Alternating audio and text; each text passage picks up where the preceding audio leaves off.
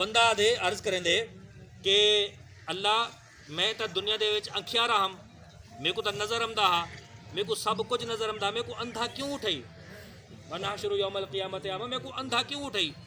تو اللہ تعالیٰ فرمائے سے قال آتت کا آیاتنا فنسیتها، جیلے میرے آیات تیرے کنے آیا، میرے احکامات تین کنے آئے، میرا قرآن تین کنے آیا، میرے انبیاء تین کنے آئے، یا میرا پیغام تین کنے آئے، تین اوکو کنڈ دے پیچھو سٹ دیتے،